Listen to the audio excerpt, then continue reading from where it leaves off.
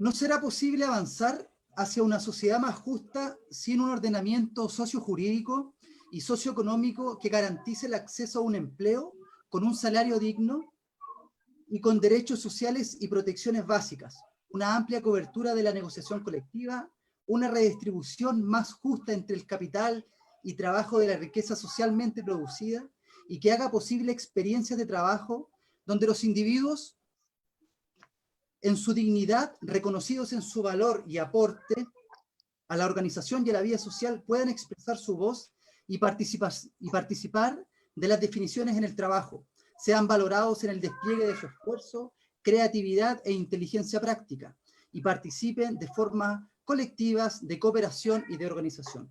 Un desarrollo humano sustentable que permita el bienestar de los individuos, la paz social, el fortalecimiento de la democracia y el lazo social, requiere avanzar en dicha dirección.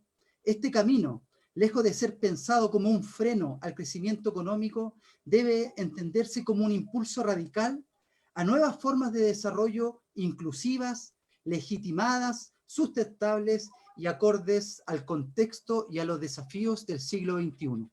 Con este extracto del libro Hilos Tensados, que realizaron académicos de la Universidad de Santiago, queremos partir nuestro segundo programa de la semana, que tiene por objeto conversar, reflexionar acerca de las situaciones que estamos viviendo con esta pandemia, con este coronavirus, y las consecuencias que está trayendo en diversas áreas. Ya el martes estuvimos hablando de cómo la salud mental influía en las relaciones familiares. Hoy queremos hablar acerca de la Ley de Protección del Empleo, cómo esta también influye en las relaciones de la gente común y corriente que no está en ningún extremo desde lo económico, desde lo político, desde lo social, sino que lo único que trata de hacer todos los días es construir un proceso de vida y una dinámica de vida familiar positiva y saludable. Así que para hablar acerca de este tema, tenemos un panel de expertos. Desde ya les agradecemos a todas y todos quienes aceptaron la invitación, y vamos a dar inicio a la presentación de cada uno de ellos. Vamos a partir por las mujeres porque el martes pasado, como las personas que nos escucharon saben que dije que hay un estudio que dice que cuando las mujeres hablan primero, las mujeres se suman a la conversación y hablan más. Quedé en deuda porque todavía no he podido dar la fuente de esa cita bibliográfica y referencial, pero vamos a partir con Tatiana Igor Villanueva. Ella es ingeniera comercial, es gerenta general de la Cámara de Comercio, Servicios y Turismo de la ciudad de Los Ángeles, tiene máster en el área de la ingeniería comercial, así que agradecemos a ti, Tatiana, por estos minutitos de poder conversar con nosotros. Hola, buenas noches, Michael, y gracias por la invitación. Aquí estamos disponibles para tratar de generar una conversación lo más amena posible y informativa para la audiencia. Muchas gracias. También saludamos y agradecemos la participación de Paola Salas Daza. Ella es ingeniera comercial, magíster en Administración de Empresas y directora de la carrera de Ingeniería Comercial de la Universidad Santo Tomás. Muchas gracias, Paola, por aceptar esta invitación. Hola, gracias a ustedes por la invitación y ojalá sea una conversación que sea y que contribuya a la audiencia y a disipar las dudas que puedan tener. Muchas gracias. También tenemos a Patricio Pinilla Valencia. Él es abogado de la Universidad de Concepción, magíster en Derecho Laboral y abogado de la Inspección del Trabajo de la zona del Biobío. ¿Cómo estás, Patricio? Muchas gracias por estar con nosotros. Hola, Michael, muy bien. Muchas gracias por la invitación también. Aquí dispuesto a aportar desde el punto de vista teórico y sobre todo práctico en uno de los grandes temas, uno de los dos grandes temas que ustedes muy bien abordaron, ¿cierto? Que está afectando a todos los chilenos hoy día, salud y trabajo. Quizás todos estamos hablando de alguna manera de esas dos grandes temáticas sin dejar de merecer todo el resto de los otros temas que también afectan a la ciudadanía. Así que muy disponible para conversar. Muchas gracias, Patricio. Bueno, voy a presentar también a los panelistas del día jueves. Ya ustedes conocen a Ítalo Gallegos Pulido. Él es profesor, encargado comunal de convivencia escolar del Departamento de Educación Municipal de Los Ángeles. tiene hartos magíster ahí también mi amigo en el área del liderazgo educacional, orientación, desarrollo socioemocional, así que muchas gracias Ítalo por nuevamente acompañarnos en este programa, Comunidad Sin Límites. Sí, bien, Michael, porque aquí estamos con este muy interesante tema del día de hoy, la Ley de Protección del Empleo, y en realidad un panel de lujo de invitados para poder abordarlo desde las distintas líneas, de las distintas miradas, desde lo económico, desde la academia y también, ¿cierto?, desde lo laboral. Así que con muchas expectativas, y también veo que nuestras personas que ya nos están siguiendo desde la página Psicoconvivencia están ahí atentos al desarrollo de este programa. Muchas gracias, Ítalo. Y presento ahora al panelista de los días jueves, mi amigo Sergio Fuica Gutiérrez. Él es abogado de la Pontificia Universidad Católica, magíster en Derecho de la misma universidad, académico de la misma universidad. Tiene ahí también mi amigo su magíster en Estados Unidos, en Chile, así que experto en Derecho Laboral también. Y te agradecemos, Sergio, por acompañarnos el día de hoy. Él está en Santiago, así que también tiene gente de Santiago que nos está viendo. Nos decía que muchos colegas de él también quieren saber qué es lo que vamos a conversar en el tema de hoy. Así que muchas gracias, Sergio, por estar con nosotros. Gracias a ti, amigo, y gracias también a la oportunidad de poder compartir algunas materias que han sido tan complejas, tan difíciles en tiempos complejos como los que estamos viviendo. Entonces, es bueno tratar de una forma lúdica o de la mejor forma posible, tratar de explicar algunos accesos que ha permitido esta ley, que en tiempos formales o en tiempos normales no se permiten. Y bueno, los días jueves vamos a estar compartiendo distintas temáticas que ya tú mismo vas a ir guiando y acompañando e informando a la comunidad que quiera conectarse a escuchar. Así que muy contento de compartir hoy día en razón de la Ley de Protección al Empleo, que obviamente trae mucha problemática hoy día para aproximadamente ya en este momento 610.000 trabajadores en Chile, 100.000 empresas se han acogido, redondeando las cifras, hoy día, y por tanto son 610.000 hogares, y eso obviamente tiene un gran impacto en la sociedad, en las personas, en el día a día de nuestras vidas, y eso es importante que lo compartamos en todos los ámbitos y en todos los aspectos, así que feliz de poder compartir y aportar. Muchas gracias, Sergio, y para dar ya inicio al tema en cuestión, quiero dar unos datos que expone la Fundación Sol en el año 2018, que dice que en Chile el 50% de los trabajadores gana menos de 380.000 pesos líquidos y el 70% gana menos de 550.000 pesos líquidos. Si se considera que la línea de la pobreza para una familia de 4 personas está en el torno a los 420.000 pesos, se constata que el 50% de los asalariados del sector privado que trabajan en jornada completa, quienes teóricamente representarían el segmento estable y formal de la economía, no podrán ofrecer a su grupo familiar un nivel de vida por encima de la línea de la pobreza. Entonces yo le quiero preguntar a ustedes, estimados invitados y expertos, de estos datos surge que antes del 19 de octubre teníamos estos datos, ¿verdad? ¿Qué podemos esperar o qué creen ustedes que podemos esperar después de la pandemia? Paola.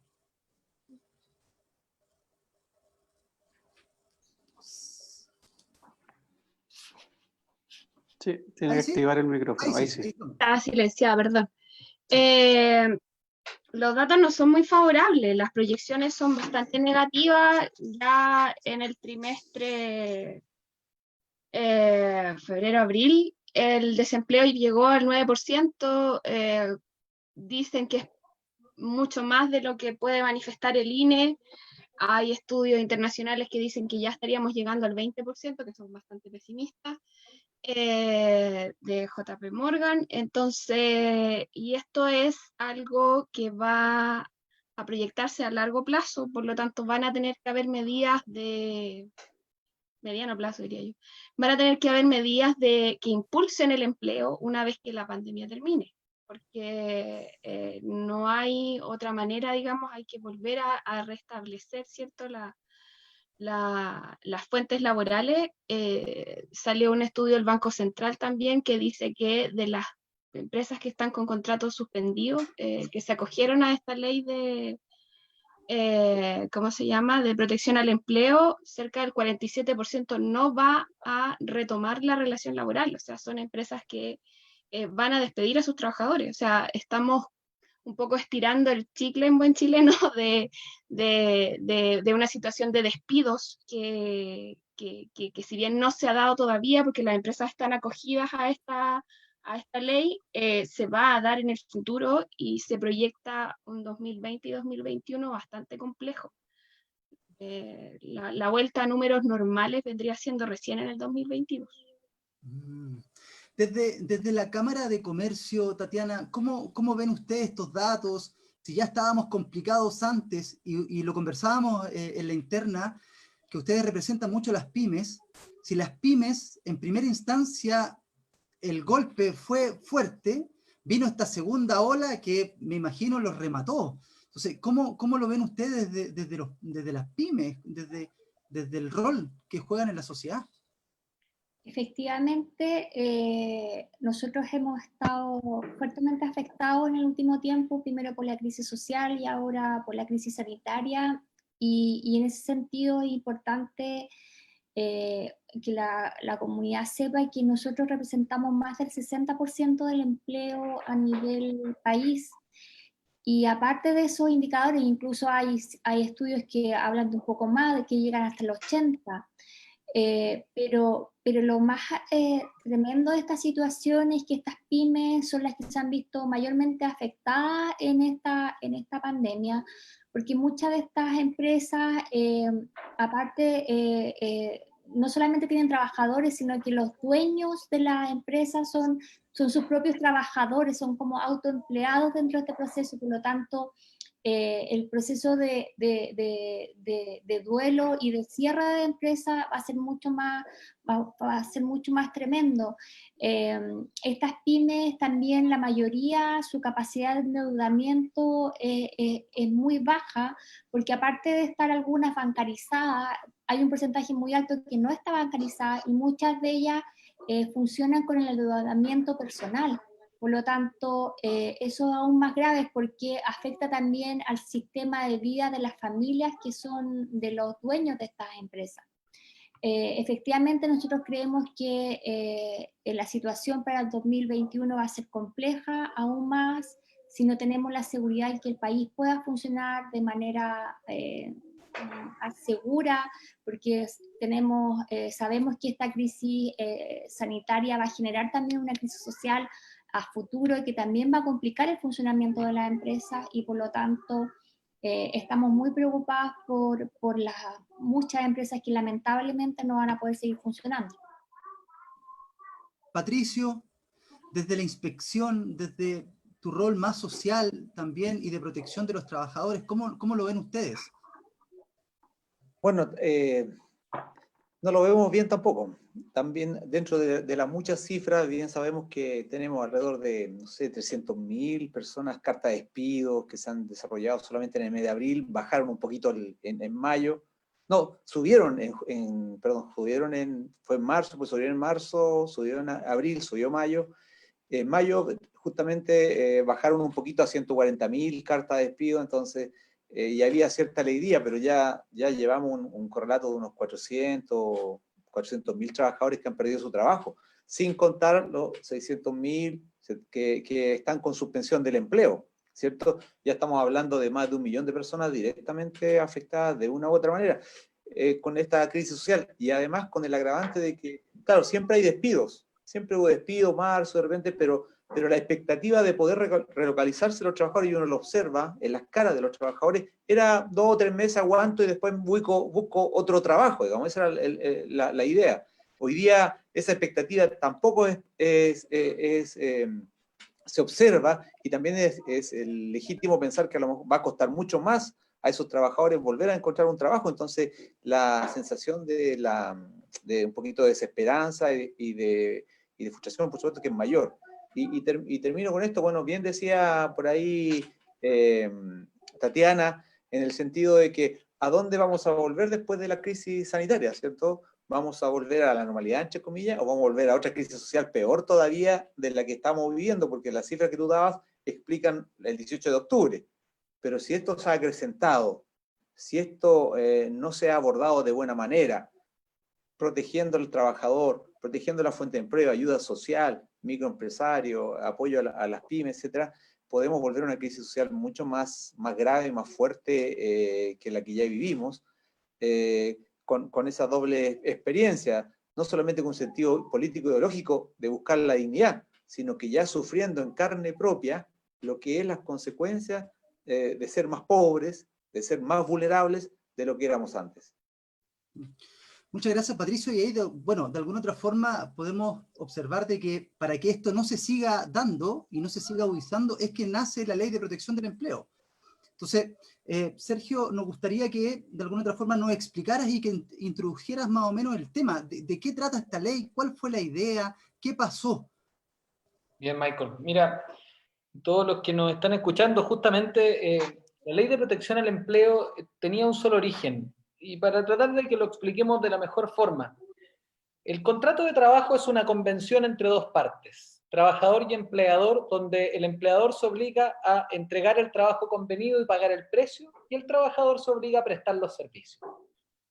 Cuando existen situaciones que se alejan a la normalidad o que son excepcionales, no estoy hablando de un caso fortuito de una fuerza mayor, que esto también lo toma, pero son unas situaciones de no prestación del servicio, que el trabajador no pueda prestar el servicio por causas no imputables a él, una pandemia, por ejemplo, y que el empleador no pueda otorgar el trabajo convenido por causas no imputables a él. Soy una tienda y hay un acto de autoridad que a mí me prohíbe funcionar para que la gente no se reúna. Existe una sanción desde siempre en nuestra legislación, y es que no hay pago de precio si no hay prestación del servicio.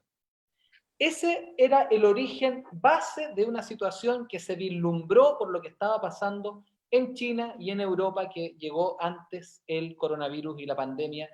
Bueno, no sabemos en realidad si en Chile llegó realmente el 3 de marzo, pero aunque hubiera llegado antes de eso, se iba a originar lo que hoy día estamos.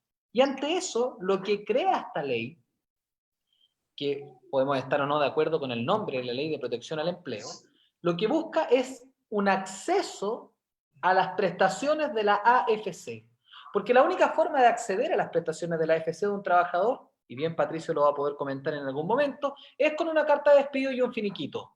Y así yo puedo acceder a un monto que es configurado entre aporte de empleador y trabajador, en que yo puedo acceder a eso por una prestación de una cantidad de tiempo en que obtenga esos montos.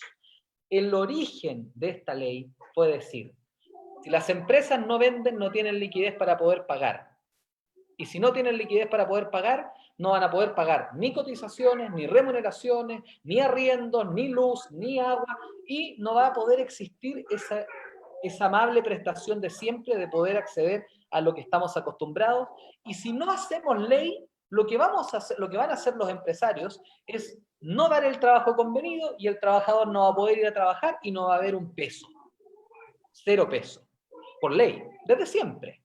En lo que se crea es un acceso para poder tener una herramienta adicional.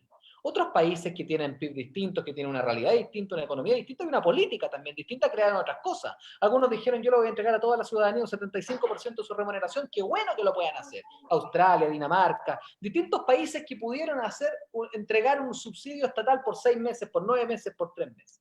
En Chile se creó esta ley diciendo, oye, dentro de las limitaciones y lo que nosotros como país tenemos y lo que somos, creamos acceso a una prestación que efectivamente es del mismo trabajador, son fondos del trabajador que han reunido con aporte del trabajador, pero también con aporte del empleador, dentro de la AFC, que pueda acceder a esos fondos por un tiempo determinado mientras dure la pandemia, el primer mes un 70%, el 55% y así según tabla de lo que la misma ley del 2001 dijo. Pero dándole al trabajador lo que bien dice Paola y también dice Tatiana, la posibilidad de mantener su empleo. La posibilidad de que cuando termine la pandemia transitoria pueda volver a su trabajo a prestar este servicio del que hablaba al principio y por ende a remunerar el empleador y desde ahí poder la empresa pagar lo que le alcance a pagar. el proyecto original siempre tuvo el 100% de cotizaciones, lo que encuentro bastante lógico. En tiempos de pandemia no pueden no cotizarse, sobre todo la prestación de salud. Desde ahí se empezó a construir esto, pero vinieron distintos actores, y no me quiero alargar, distintas situaciones. Pasó lo de Cencosud, por ejemplo. Entonces, cuando Cencosud reparte utilidades, que por ley 18.046 tenía que repartir en todos los abril la utilidad del año anterior, pasa que se genera una mala sensación y una política muy horrible para todos, la sensación de decir, mira, están repartiendo utilidades tal por cual, y más encima están ahora suspendiendo la relación laboral. Oye, pero ojo, si está repartiendo la utilidad del año anterior, pero no importa, se vio mal políticamente. Lo recogió el diputado Silver y otro diputado más, lo plantearon en la Comisión de Trabajo y dijeron, oiga, que entonces las sociedades anónimas que utilicen esta ley no puedan, si utiliza la ley, no puedan suspender a la gente. Si utiliza la ley, perdón, no repartan utilidades el año siguiente y todas sus empresas relacionadas. Entonces, el origen de la ley de protección al empleo empezó a ser restrictiva. ¿Y qué pasa cuando es restrictiva? Lo que nos dice don Patricio Pinilla. 300.000 cartas de despido, más despido en abril, más despido en mayo, porque la empresa, a la que hoy día representa Tatiana, en este caso dice, bueno, ¿qué voy a hacer? Si tengo más limitaciones a posteriori, la empresa no es bolitas de dulce. Nos gustaría que fueran con otros fines, pero tiene fin de lucro y qué bueno que así sea. Entonces, ahí se empezó a generar una limitación. Y hoy día tenemos eso, tenemos que aumenta el desempleo, bien Paola lo decía, hay estudios, yo también los vi, que dicen que ya estamos en el 20% de desempleo, eso genera pobreza, pero bueno, esa es la ley. Acceso a una prestación de AFC, que es de los trabajadores, con aporte de ambos, de empleador y trabajador, para pasar un tiempo transitorio. ¿Podrá ser una política pública justa? Podemos discutirlo y esa es la idea, que lo podamos discutir ahora. Entonces comienzo, y esto es lo que Michael a mí me ha encargado.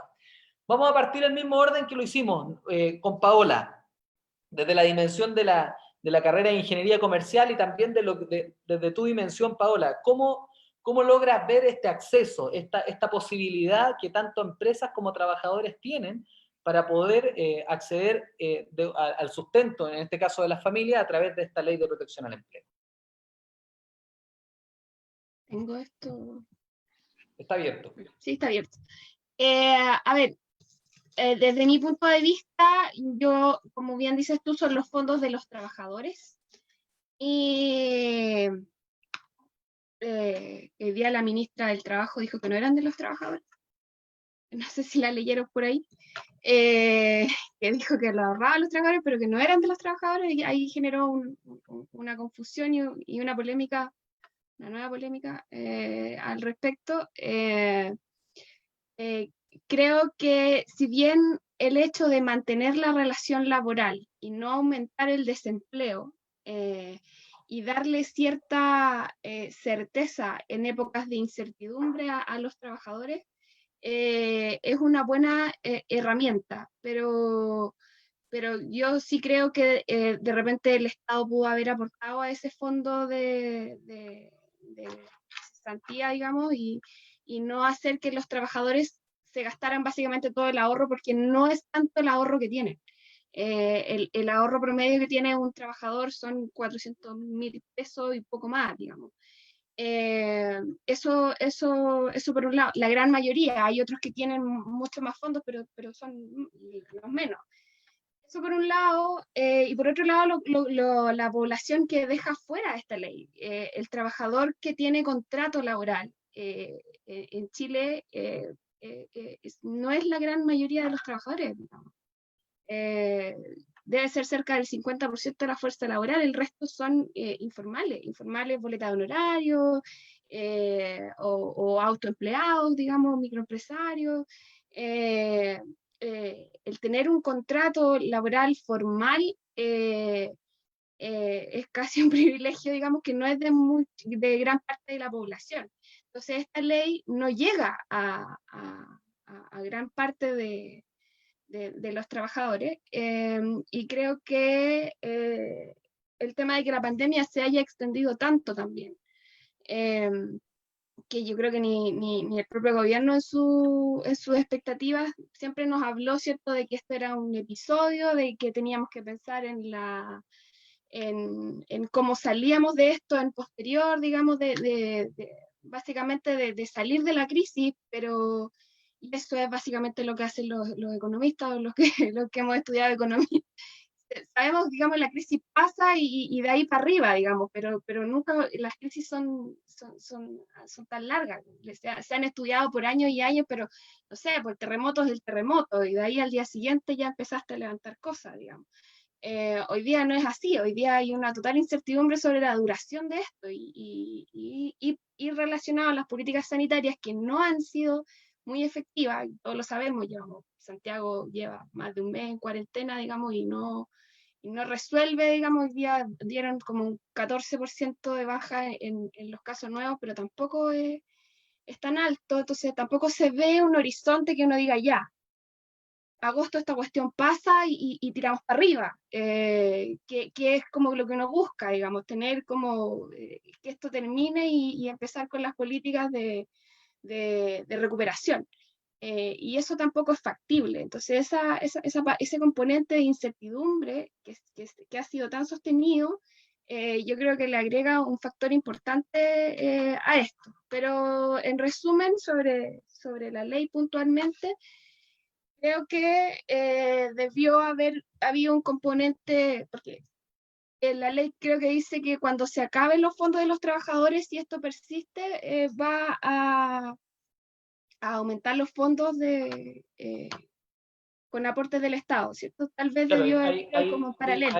Paola, justamente 2.000 millones de dólares que se inyectaron, o sea, hay trabajadores que ni siquiera les pudiera alcanzar para el mes 1, y desde el mes Claro, 1 inmediatamente ese empieza a monto de correr ese solidaridad, fondo. que no es Claro, solo ese monto, es el monto que también, el porcentaje que crea la AFC desde la ley del 2001, hay un monto que siempre ha ido al pilar solidario, ha existido desde siempre. Entonces, también ese monto ayuda al resto de los trabajadores, más estos 2.000 millones de dólares que inyectó Tatiana. ¿Cómo lo ve usted desde la dimensión de la empresa? ¿Esto es un alivio? ¿Es una complicación? Porque sabemos que la Ley de Protección al Empleo también hace que los trabajadores que continúan su relación laboral continúan acumulando vacaciones, continúan acumulando años de servicio, porque la relación laboral se suspende, pero continúa siendo. Entonces, hay alguna de la esencia del contrato de trabajo que se mantienen. ¿Cómo lo ve usted desde la dimensión de la empresa propiamente tal? La verdad que la ley de protección al empleo, nosotros como gremio hemos considerado que ha sido un gran aporte, porque ha permitido que muchos sectores de la economía que vieron paralizar su funcionamiento de manera obligatoria pudieron acoger a sus trabajadores y generar un cierto grado de certeza que en algún momento iban a ser contratados. Yo creo que ninguna de las personas que estamos ahora hemos logrado visualizar lo que es esta pandemia y tampoco somos expertos en el tema, por lo tanto creo que todos hemos tenido una actitud quizás un poco en un principio más positiva de que esto a lo mejor podía terminar más rápido de lo que está terminando. Y en ese sentido, cuando se habló de los 3 meses de protección, creemos que era una alternativa sumamente factible para nosotros como empresa poder mantener un vínculo de relación con nuestros trabajadores, que son nuestros colaboradores, y no perder esa fuerza que ha sido capacitada y con las cuales hemos visto que nuestra empresa funciona. Sin lugar a dudas también hay sectores que han estado muy complicados por esta ley porque se han logrado acoger, pero también tenemos que pensar que hay empresas que no están vendiendo nada y que deben seguir pagando las obligaciones a los trabajadores, el tema de las imposiciones. Y esto es grave porque específicamente en el tema del turismo, restaurantes, se sabe que la mayor cantidad, las empresas pymes tienen un colchón de seguridad o un respaldo que no va más allá de un mes. Estamos hablando que ya estamos en el 3er mes pagando obligaciones como arriendo, algunos servicios básicos, y a esto le sumamos que tenemos que pagar las obligaciones con nuestros trabajadores.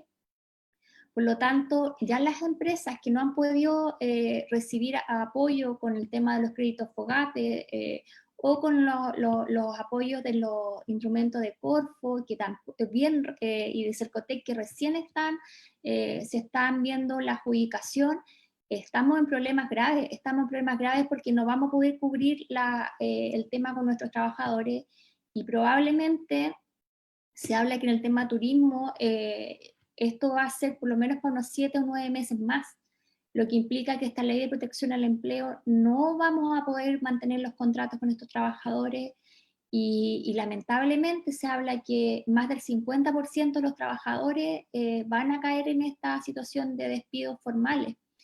Y por otro lado, creemos que también, a pesar de que esta ley ha sido planteada de una forma quizá a lo mejor un poco demasiado positiva en un principio, las instituciones que están asociadas a que funcione esta ley, las plataformas digitales, el trámite en notaría, ha generado problemas de funcionamiento y de aplicabilidad de la ley. Y eso también creemos que no fue considerado, pero entendemos que también hay un tema de desconocimiento. No todos esperábamos que esto funcionara de esta forma y que esto ya lleváramos casi 4 meses y que probablemente va a seguir unos 3 meses más o 4 meses más. Gracias, Tatiana. Justamente, bueno, usted tocaba un punto al final y nos da la conexión perfecta para conversar con Patricio. Acá hay dos entes que han tenido, Patricio, y tú lo sabes muy bien, una relevancia absoluta. Esta es una ley que habla de dos temas, de seguridad social y habla de la relación laboral propiamente tal. Por tanto, aquí yo tengo detenido la duda si la llamada a resolver muchos temas la Superintendencia de Seguridad Social o la Dirección del Trabajo. Esperamos con ansias el dictamen de la Dirección del Trabajo, esperando que fuera como un ente iluminador, y parece que nos iluminó bien poco. Pero también hay un rol, porque la ley de protección al empleo tiene la suspensión por acto de autoridad, la suspensión de mutuo acuerdo de las partes y la reducción, los pactos de reducción de jornada, en los cuales justamente la Dirección del Trabajo, Patricio, tiene un rol fundamental. Cuéntanos un poco de ese rol de la Dirección del Trabajo, no solo en los pactos, pero sino también en la actitud fiscalizadora, porque yo ahora le tengo miedo a los directores, a los inspectores del trabajo, y ellos van a fiscalizar delitos, van a poder solicitar información al Servicio de Impuestos Internos, porque efectivamente esta ley le ha dado facultades en esa línea. Cuéntanos tú y a toda la audiencia un poco de aquella situación. Sí, gracias Sergio. Bueno, esta ley de protección del empleo da para varios comentarios y opiniones, y a veces uno también tiene la tentación de hacerlo. Pero creo que Paola y Tatiana han dado bien en el clavo en plantear objeciones que son más bien de diseño de la ley, ¿cierto? Y sus limitaciones. Estábamos efectivamente frente a una situación de una pandemia inédita que no sabemos cuánto iba a durar. Pero ya creo yo que la ley de protección del empleo está siendo bastante superada, y creo que no va a dar el ancho, y urgen modificaciones, porque fue diseñada para un lapso de 3 meses. Hoy día ya el aporte de la AFC ya está disminuyendo fuertemente para aquellos trabajadores que en marzo, bueno, la ley salió en abril, pero se podía hacer con efecto retroactivo, de marzo acogieron a la ley. Pero mira, respecto a lo que me pregunta, el rol de la inspección del trabajo, mira, yo creo que es más bien simbólico nomás. Habitualmente el Parlamento tiende a meter a la inspección del trabajo cuando no sabe mucho cómo resolver las cosas. Deja muchas cosas para dictámenes y la dirección del trabajo, la directora del trabajo es una funcionaria de confianza del gobierno. Por lo tanto, siempre va a tender a buscar una posición más en esa línea, ¿no? O sea, eso es inevitable por la forma como se genera el director del trabajo. ¿No? Es verdad que hay un concurso de alta dirección pública, pero finalmente llega una quina, y en Chile esa cosa no funciona mucho, en mi opinión. Entonces, nosotros somos muy críticos respecto de esta situación. Yo además soy presidente de la Asociación de Funcionarios de la Inspección del Trabajo, y le dije a Michael, mira, en esa calidad quiero venir también, aparte de como abogado de la inspección, también como dirigente gremial. Y creemos que la inspección no está en condiciones para fiscalizar nada de lo que dice la ley. De hecho, las empresas que se acogen a la reducción de jornada que tú me planteabas, basta una simple declaración jurada que digan que se encuentran afectados por la pandemia, y no acompaña nada más que una declaración jurada: me siento afectada por la pandemia. Y si es verdad o no, no tenemos mucha incidencia. Sí llegan muchos trabajadores que firmaron y sin saber qué es lo que estaban firmando, o sea, ni siquiera sabían que iba a recibir después un 70, después le iba a empezar a bajar un 60 y después un 55, porque va bajando, ¿cierto?, el aporte que van recibiendo de la AFC. Y se sorprenden también con eso, y muchos trabajadores no han recibido ningún peso todavía, justamente porque la AFC se ha visto colapsada en la tramitación de estos procesos, y la dirección regional en la tramitación de los pactos de reducción de jornada, que es la tercera alternativa, que bien decía Sergio, la tercera alternativa es la posibilidad de que las empresas con sus trabajadores puedan reducir la jornada hasta en un 50%, y el empleador paga la mitad, lo que está trabajando el trabajador, y de la otra mitad, bueno, el 25%, es decir, la mitad de la otra mitad se hace cargo la AFC. Y todavía hemos visto mucho reclamo y nos consultan a nosotros por qué no se le paga a los trabajadores la parte que a ellos les corresponde. Entonces, en la parte práctica, yo creo que está muy al debe y muy compleja esta situación. Es verdad, fue un respiro, porque de pronto le dijeron a los empleadores, mire, usted puede no pagar remuneraciones, ¿cierto? Y que el trabajador se acoja a la AFC, que el trabajador vea cómo se defiende frente a esta situación. Pero no veo yo que eso se esté, que haya habido como dije antes, mucha información a ese respecto.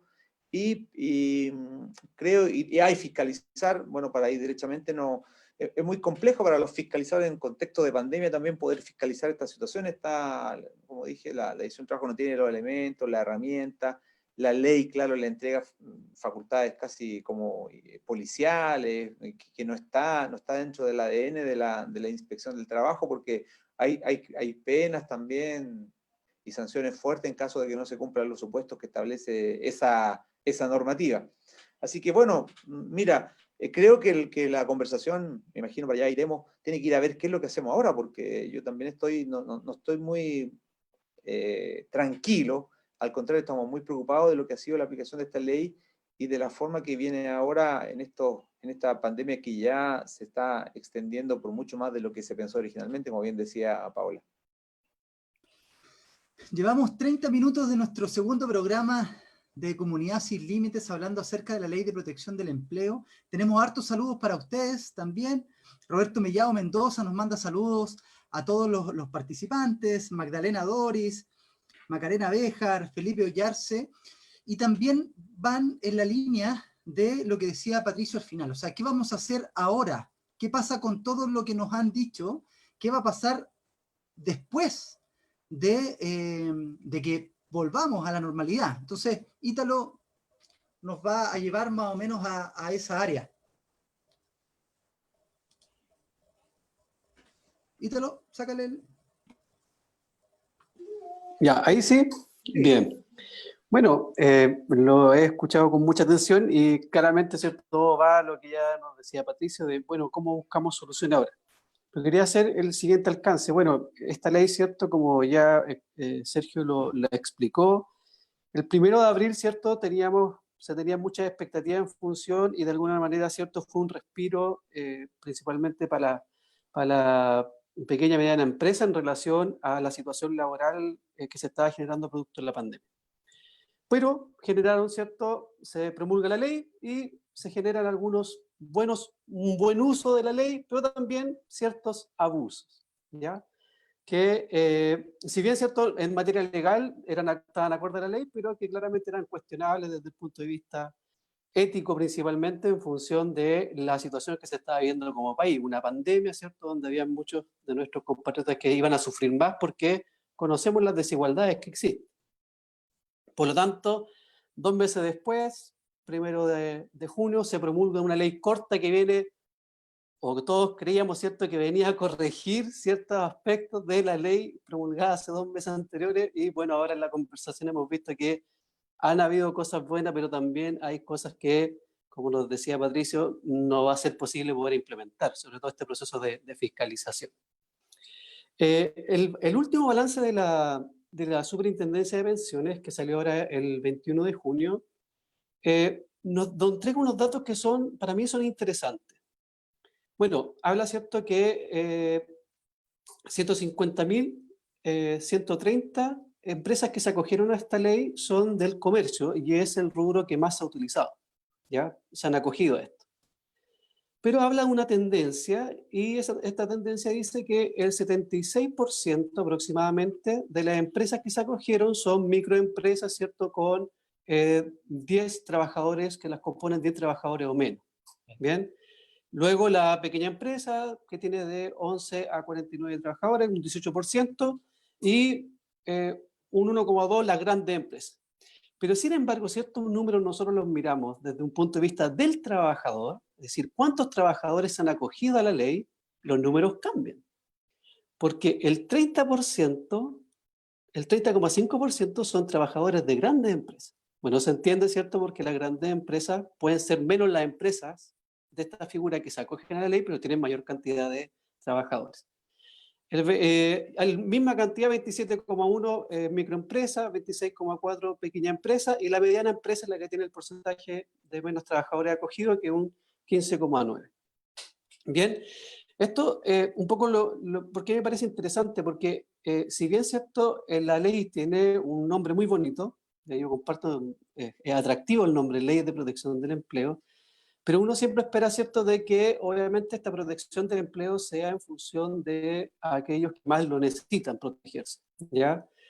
Por lo tanto, no esperaría de que grandes empresas, principalmente, por ejemplo, de cadenas comerciales que han seguido funcionando durante este tiempo, no han cerrado, ¿cierto?, se vayan acogiendo a esta ley en función de que no pareciera ser que no fuese necesario desde la opinión pública, ¿ya? Como si puede ser muy necesario para los que son microempresarios, los de la mediana empresa, pequeña empresa, porque entendemos, ¿cierto?, todo, y ya lo que nos dijo Tatiana, Paola, en relación, ¿cierto?, a cómo se ha ido desenvolviendo este proceso en esta empresa.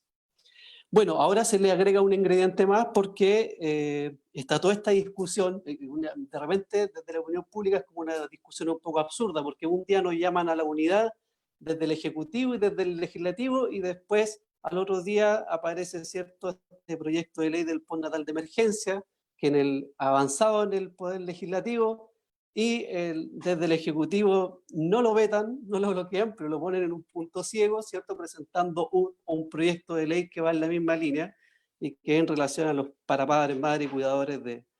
Entonces pareciera ser que desde el discurso queremos unidad, pero en el momento en que tenemos que unirnos y en realidad poner el foco, pareciera ser que no hay mucha convergencia.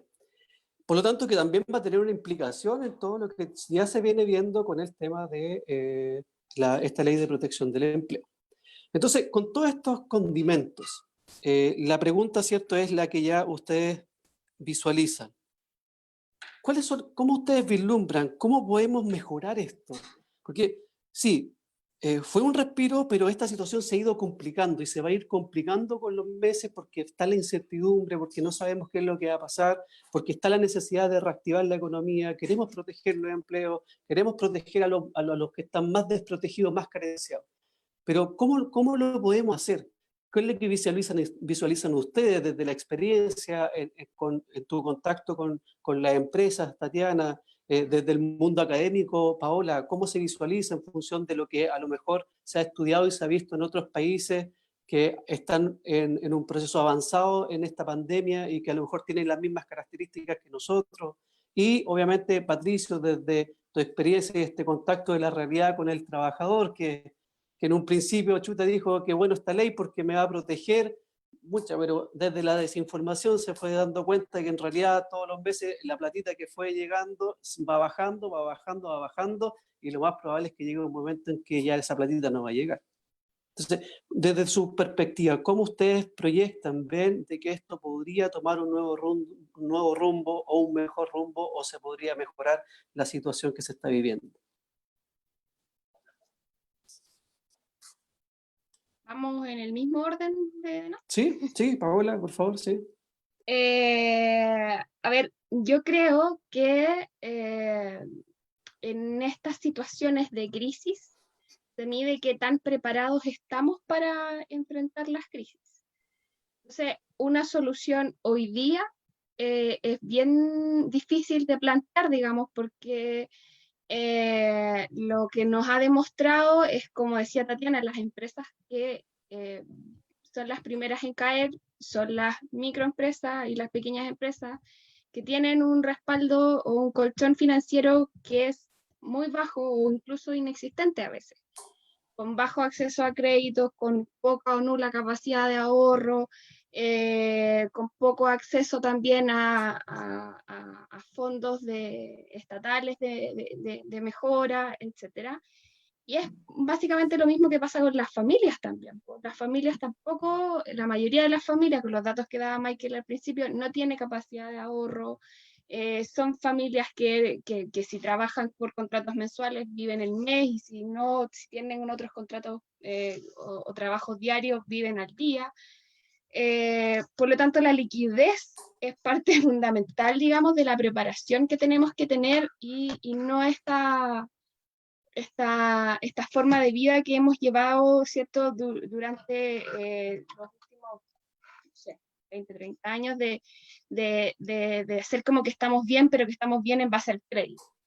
Y eso es lo que hoy día se nos cae un poco, porque si no podemos salir a trabajar, no podemos vivir, y eso nos pasa a nosotros y les pasa o sea, le pasa a gran parte de los trabajadores y le pasa a las empresas. Si la empresa no abre, la empresa no trabaja porque no tiene de dónde agarrarse si no tiene ventas diarias. Entonces, más que una solución hoy día la solución está en manos de, yo creo, de las políticas sanitarias que pueden haber para controlar la emergencia lo antes posible y retomar las actividades lo antes posible. Porque no estábamos lo suficientemente preparados como para decir, oye, no tenemos a dónde echar mano tantos ahorros que son los que tiene el Estado, pero el Estado obviamente en el plan de emergencia, ¿cierto?, que sacó Hacienda hace la semana pasada, ¿cierto?, 10 días, 15 días atrás, con su proyecto que sacó junto a varios economistas, ¿cierto?, este acuerdo, este pacto para gastárselo un poco los ahorros y la deuda del Estado, tiene múltiples, digamos, dimensiones, y no solamente la del empleo. Y parte importante de ese fondo, digamos, va para el incentivo a la contratación. Porque, como conversaba antes, hoy día las fichas están puestas en que esto termine y podamos retomar lo más rápido posible y lo mejor posible, cosa de que tenga incentivos para que las pymes repunten, para que podamos contratar más gente, para que no haya los despidos que se proyectan que hayan, ¿cierto? Entonces va un poco de ahí, pero la única forma de poder, digamos, reactivar esto es que el tema sanitario se controle bien, digamos, y se asegure, y que tengamos cierta certeza de la forma de volver a operar, porque esa es otra cosa, no vamos a volver a cómo se operaba antes. Y Paola, parte de eso es el turismo, que está súper afectado, porque va a ser, yo creo, lo más difícil de levantar después de esto. Paola, una pregunta, por ejemplo, en relación ahí del pleno de desconocimiento. Porque sabemos que, por ejemplo, hay empresas de primera necesidad que están trabajando, y a lo mejor otras que a lo mejor no son de primera necesidad, pero igual están trabajando porque ya están ubicadas en zonas que en realidad la pandemia no se ha desbordado, existe cierta trazabilidad. Por lo tanto, pudiese generar un movimiento económico. Ahora, mi pregunta va en el gasto público. Por ejemplo, ¿qué tan importante podría ser la inversión pública a través de proyectos públicos? Por ejemplo, pienso Los Ángeles, el estadio, que todavía está ahí. O sea, ¿eso puede tener un impacto importante, por ejemplo, en este proceso de reactivación de la economía, acelerar estos procesos de inversión que están en carpeta, que están ahí, pero que sin embargo no se han podido ejecutar? Sí, parte de algunas herramientas digamos, ¿cómo se llama?, de mejora o de superación de la crisis es aumentar el gasto público, pero hay que acordarse también de que ese fondo que el Estado, ¿cierto?, está disponiendo para políticas públicas, después hay que pagarlo también, porque nos estamos endeudando, entre comillas. Entonces también el gasto tiene que ser controlado. Pero sí, parte de la recuperación es sumar, digamos, inversiones y gasto público, porque eso mismo que dices tú, construcciones, carreteras, hospitales que hay por construir, genera empleo en construcción, y todo lo que lleva a ese rubro asociado, y eso mueve mucha mano de obra y mucho empleo. Entonces sí es una de las cosas que ayuda a levantar un poco después. Pero es uno de los sectores, digo.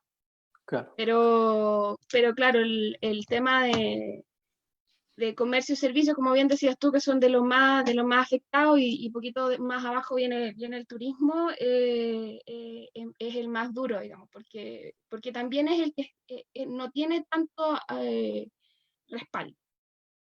Bien. Muchas gracias. Tatiana, bueno, ya lo decíamos, comercio, servicio, turismo, los más golpeados, justo ustedes trabajan con ellos. ¿Cómo visualizan esto? ¿Cómo creen ustedes posible poder ir retomando o reactivando o saliendo de esta situación tan crítica? Efectivamente, nosotros como gremio estamos trabajando como en dos áreas. Uno es tratar de ver qué es lo que hacemos ahora, cómo tratamos de ayudar a nuestra empresa en estos momentos, y también estamos desde el punto de vista técnico viendo qué medidas de reactivación podamos presentar a la autoridad para poder salir post pandemia, que son, digamos, son conducentes. Lamentablemente nosotros estamos en el país que nos tocó vivir, y lamentablemente Chile no es un país rico, y lamentablemente no tenemos una cantidad de recursos que sean ilimitados y que sean tan bien valorados a lo mejor por el resto de la comunidad. Somos un país muy pequeño, con una economía muy, digamos, de bienes muy commodity y súper específicos que hemos logrado abrir mercado en el extranjero. Por lo tanto, el proceso de reactivación va a ser aún más lento, pensando en el tema de que va a haber mucha gente cesante. Eso va a generar que haya una baja en el consumo, y si hay baja en el consumo, esto es una rueda. La gente no va a tener plata porque no va a estar trabajando, la gente no va a poder consumir, o va a consumir los bienes de primera necesidad. Todas aquellas industrias que están situadas en otro tipo de bienes suntuarios o turismo, van a bajar su demanda, y aunque quieran producir, no van a poder producir porque la gente no les va a comprar, y se va generando una reacción en cadena. Nosotros efectivamente creemos que el gobierno está tratando de hacer los esfuerzos, y el gobierno, no solamente me refiero al gobierno de turno, sino que yo creo que todos queremos ayudar. Yo creo que todos estamos tratando desde nuestra posición de entregar un granito de arena, pero sí creemos que esta cosa tiene que tomar un orden y tratar de ser súper consciente con las cosas que informamos y hablamos con la comunidad. No, aquí desde una perspectiva muy personal, yo creo que no podemos decir vamos a sacar esta ley, apoyemos aquí, y al final todo se diluye y no avanzamos nada, porque nos ponemos a discutir y no avanzamos. Y en ese sentido, nosotros creemos que efectivamente una de las políticas que puede ayudar a esta reactivación son las leyes de apoyo a la contratación de mano de obra, pero sobre todo pensando en una ley de contratación que sean estos subsidios, pero que sean realmente efectivos y rápidos. Actualmente existen una serie de programas a través de CENSE que te permite contratar aprendices, contratar a personas de la tercera edad, pero son fondos que son sumamente complejos de trabajar. ¿Por qué? Porque al trabajador, primero tenemos que capacitarlo, segundo tenemos que, la devolución o este aporte que te entrega el Estado por contratar a esta persona es muy lento, y eso genera que el empresario se motive a utilizar estos subsidios. Por lo tanto, nosotros estamos entregando como unión de gremios, que es una asociación de gremios regionales, que nosotros se nos ha invitado a participar de estas mesas de trabajo con las autoridades regionales, porque el ministro de Economía solicitó que ojalá todas las regiones presentaran iniciativas de reactivación, y se pidió específicamente que se trabajara con los gremios. Nosotros como representantes de empresas pequeñas hemos estado participando en estas mesas de reactivación, y en ese sentido nosotros creemos que esta medida de subcontratación es muy importante, porque creemos que va a apoyar sobre todo a las pequeñas empresas a contratar gente. También creemos que estas medidas de contratación tienen que ir, ojalá, antes del proceso de reactivación. ¿Por qué? Porque hay industrias que en estos momentos están funcionando y están funcionando bien, y que están funcionando y necesitan contratar gente.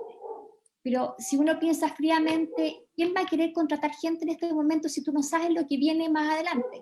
Supongamos viene una alza importante de contagios, se generan cuarentenas en la ciudad que te impiden a lo mejor funcionar, tú no estás muy seguro de contratar o adquirir mayores obligaciones. Por lo tanto, si el Estado te pega una manito y te dice, ¿sabes qué? Contratemos, claro, a lo mejor yo voy a poder captar a alguien que en estos momentos está cesante, y es un beneficio que estamos generando en la comunidad. Por otro lado, creemos que la gran industria debe ser súper solidaria. Creemos que la gran industria tiene que apoyar a las empresas más pequeñas.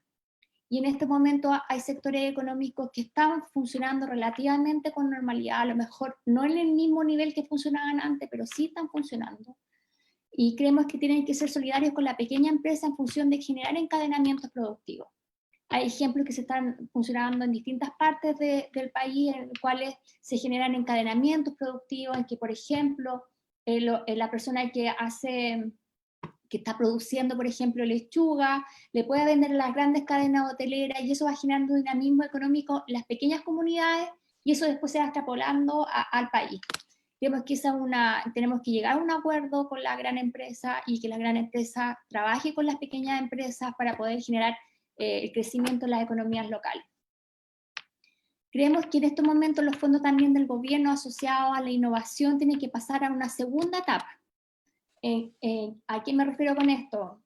Básicamente, nosotros creemos que el gobierno tiene que entregar herramientas para inversión, pero no solamente que esta inversión esté asociada a la innovación, que son la gran cantidad de fondos que existen en este momento de Corfo.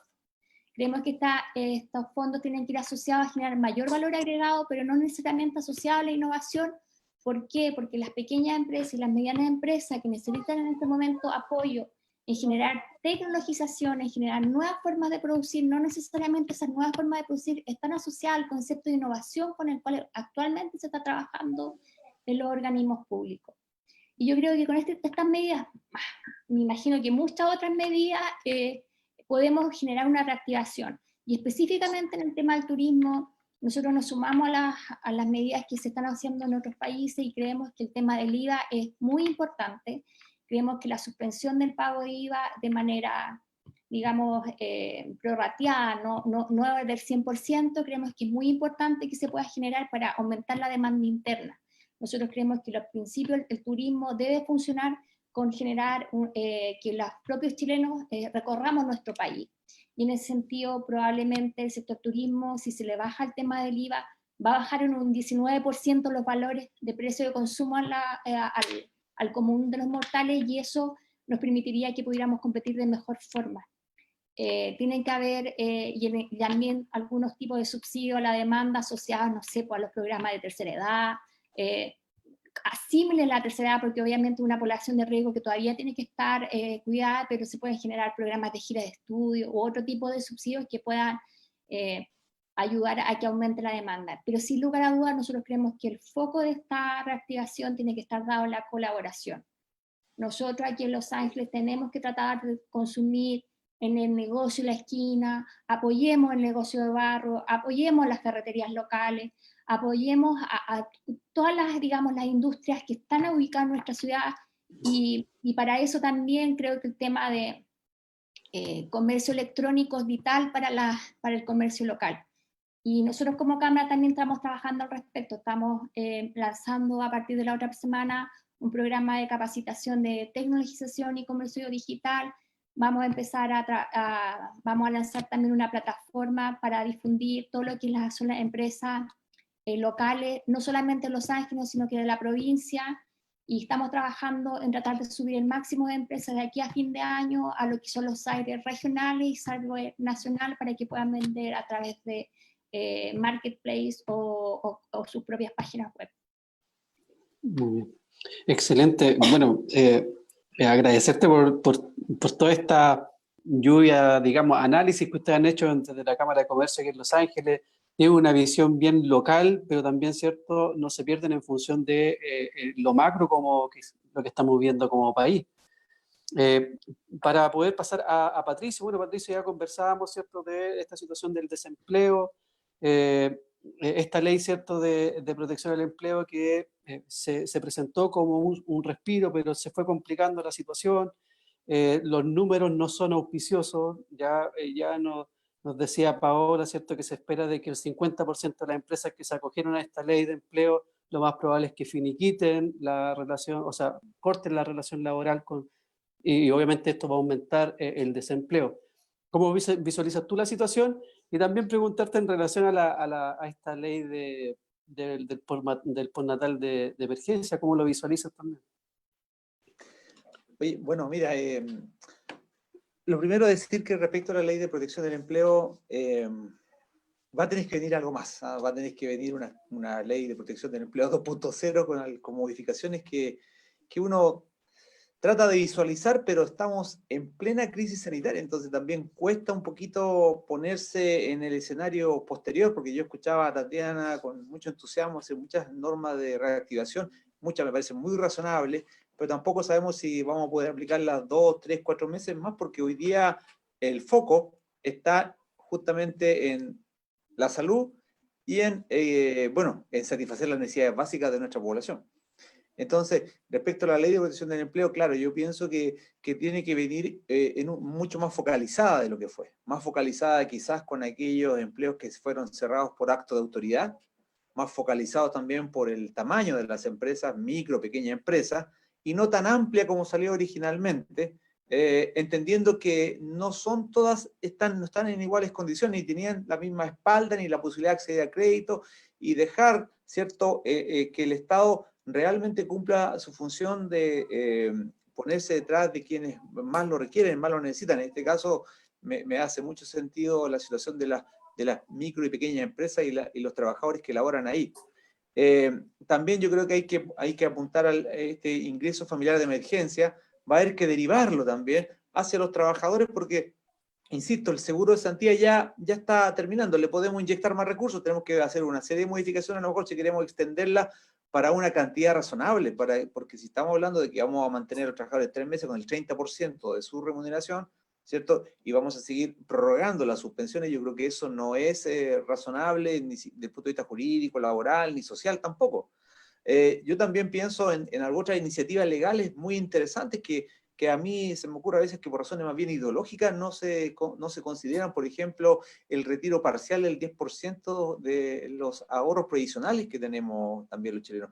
Podría ser una herramienta, no es plata que hoy día tenga que salir necesariamente del Estado hoy día, sino que es la plata que tienen los chilenos como una opción, no obligatoria, pero alguno lo puede optar y quizá también es una solución para la clase media, que también lo está pasando mal, porque, bueno, a mí siempre me ha gustado definir la clase media como cierto aquello que tiene un pasar más o menos que va salva, pero frente a una situación de salud grave, frente a la pérdida del trabajo, o tiene la suerte que 2 o 3 hijos vayan al mismo tiempo a la universidad, empieza a tambalear inmediatamente desde el punto de vista económico, hoy día está tambaleando también. Entonces yo creo que esa otra herramienta también puede ayudar para complementar, porque ya llevamos 3 meses de la pandemia, entonces ya tenemos que tener una visión más global. O sea, hoy día al gobierno, al Ministerio del Trabajo, le pedimos ya sacarse las caretas ideológicas y ser un poquito más amplio de la herramienta, así como los trabajadores y a los abogados laboralistas nos hemos pedido y hemos tenido que entender que la flexibilidad laboral, quizás que rechazábamos con mucha fuerza porque implicaba una precarización en muchos aspectos,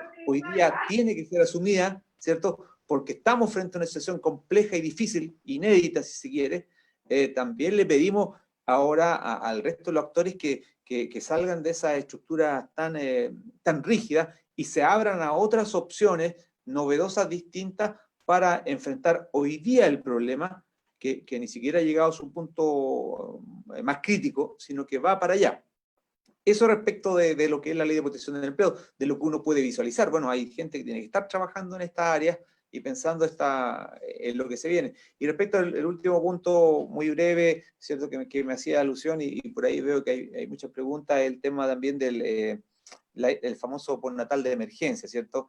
Bueno, recordemos que existe hoy día en Chile el permiso postnatal parental, que permite que una trabajadora, eventualmente también un trabajador, pero principalmente una trabajadora que ha tenido un hijo, pueda estar, ¿cierto?, hasta 6 meses, digámoslo en términos sencillos, en su casa recibiendo un subsidio también que es de fondos estatales. Sin embargo, si esos 6 meses se le cumplieron ahora, durante la pandemia, la trabajadora tenía que volver, con el agregado de que no se le podía aplicar la ley de suspensión de la ley de protección del empleo, no se podía aplicar, así se dijo en la última modificación, a las trabajadoras que estuviesen con fuero maternal, y todas ellas tienen fuero maternal. Entonces lo que proponía este proyecto es que se extendiera este postnatal por el tiempo del estado de catástrofe por calamidad pública, ¿cierto? Todo lo que sea necesario, que se extienda para que no vuelvan en estas condiciones a trabajar recibiendo el mismo subsidio. Sin embargo, uno una vez más no entiende, pero claro, pueden ser razones económicas, etcétera. El gobierno no va por ese camino, porque esto tiene que ser patrocinado por el gobierno, porque implica gasto público, ¿cierto? Y en nuestra Constitución, gasto público significa iniciativa o patrocinio, respaldo directo del Ejecutivo. Entonces el gobierno, el día de ayer, me parece, presenta un proyecto de ley que lo que hace es que para estas trabajadoras que están hoy día con el postnatal parental, lo que terminó estos días recientes durante la pandemia, terminó su postnatal, puedan acogerse a la ley de suspensión, a la ley de protección del empleo. O sea, suspender la relación laboral y acceder al seguro de cesantía en las mismas condiciones, como bien explicó Sergio al principio del programa. Entonces uno dice, pero ¿cómo? Como si estamos generando una discusión en torno a una ley que varios somos muy críticos, yo sé que algunos la defienden, pero que desde el punto de vista práctico, por último, tiene un rango bastante acotado, y teniendo una herramienta con el postnatal parental, que fue una buena idea, también del gobierno del presidente Piñera 1, ¿cierto? Quizás la única ley laboral que yo recuerdo de esos 4 años. Entonces, ¿por qué no seguir mejor manteniendo lo bueno y por qué echar a perder lo que está bien, que es, por ejemplo, extender este postnatal parental por ese periodo? Entonces, hay uno como que no se lo explica, no lo entiende, y cuesta también explicarle a la trabajadora cuál es la lógica de los trabajadores, cuál es la lógica que están detrás de este tipo de decisiones. Muchas gracias, Patricio. Nos pasamos un ratito, unos minutitos, porque, pucha, queda para harto tiempo el análisis del programa. La verdad es que son muchas las preguntas que tenemos. Yo me da una lata inmensa no poder tener más tiempo para responderlas, pero los invitamos a todos y todas quienes nos sigan en el programa Comunidad Sin Límite. Quiero terminar mandando saludos. Dice Marita Matamala Vigor, grande Paola Salas, Daza. Así que un saludo para Paola, saludos también para Tatiana de la Cámara de Comercio, y todos les mandan muchos saludos y muchos agradecimientos por su tiempo y por su participación.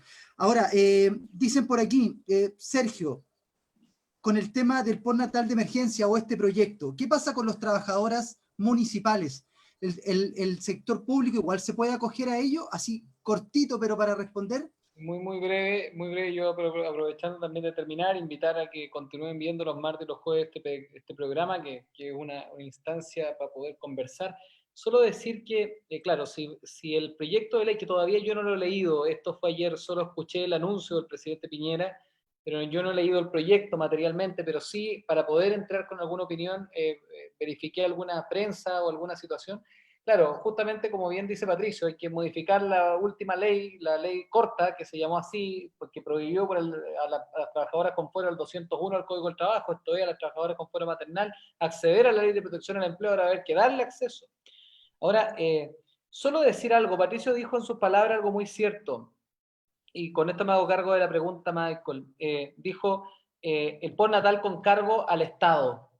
Entonces, lo que pasa es que cuando es con cargo al Estado, si se alarga el postnatal, y este es el problema probablemente, yo estoy pensando como la gente que está ahí tratando de dilucidar y ver cómo hacerlo, y yo favorezco a las personas beneficiarias de postnatal con 1 mes más, algunas con 2, otros con 3, otros con 4 meses, con 6 meses más, no lo sabemos. En el fondo estamos sacando recursos públicos para beneficiar a un sector limitado de la población, muy necesario y muy vulnerable, en el sentido de que tiene una boba a los brazos. Yo tengo una hija de 13 días, tengo súper claro lo que significa la situación de vulnerabilidad en ese momento, lo que significa un ser que en casi 6 meses tener que dejarlo. Pero me parece que la lógica, hoy esto del Congreso no va a salir así, probablemente, no se va a aprobar de ese modo. La lógica es que aparejar a la asistencialidad a lo mismo que se está haciendo con los trabajadores y seguir la lógica del concepto trabajador. Y si hoy día el aporte a través del acceso que ha generado una ley es por vía de la Ley de Protección al Empleo, podremos estar de acuerdo o no, poder seguir con esa misma lógica para aquellas mamás o aquellos beneficiarios, que también pueden ser los varones en algunos casos concretos, de un postnatal, pudieran acceder. ¿Qué pasa? Con esto termino. En la Ley de Protección al Empleo no es para los empleados públicos. Entonces las trabajadoras municipales, y en ese caso, estarían quedando fuera de esta norma. Hoy día, pero insisto, es muy irresponsable de mi parte y de cualquiera en realidad poder opinar en razón de un proyecto que al menos yo no he visto. Yo no sé si todavía ayer se anunció, puede que realmente todavía lo están terminando de redactar, porque así como el 201 estaba prohibido para las mujeres con fuero acceder a la ley, pudieran decir que se accede y poder crear que en caso de postnatal pudieran tener también los empleados públicos, no lo sé en realidad. Se presentó ayer. Está presentado el proyecto en los términos que señalaba, y claro, deja fuera los funcionarios municipales, pero ya está ahí toda esa discusión, sí. Ahora yo creo que esta discusión tal cual se viene, es una discusión Queda que bien, no va a salir, queda así bien. como entró el proyecto, si es que es como yo lo planteo, no va a salir aprobado así en la comisión mixta de trabajo, no va a ser así. Bueno, para que vayamos ya finalizando y la gente, porque este proyecto tenemos que seguir caminándolo, tenemos que seguir acompañándolo, siga viendo el programa Comunidad Sin Límites. Yo de verdad quiero agradecerles porque nos pasamos en 10 minutos, en 12 minutos. A Tatiana, muchas gracias por el tiempo, muchas gracias por la participación. A Paola, muchas gracias desde el punto de vista de la academia también. A Patricio, muchas gracias por todo lo que nos entregaron hoy. Esperemos que las dudas de nuestras televidentes o teleauditores que nos escuchan haya quedado un poquito más claro. Son temas muy complejos, así que, bueno, pero estaremos en próximos capítulos tratando de ir respondiendo sus dudas y participando con nosotros. Así que muchas gracias, Sergio, panelista, muchas gracias, Ítalo. Un abrazo a todos. Una muy buena, muchas gracias, se pasaron. Muy buen fin de semana. Gracias por la invitación. Gracias, Paola, Tatiana y Patricio. Un abrazo, que estén bien. Un abrazo. Gracias a ustedes, que estén muy bien. Chao, chao. Sin límite.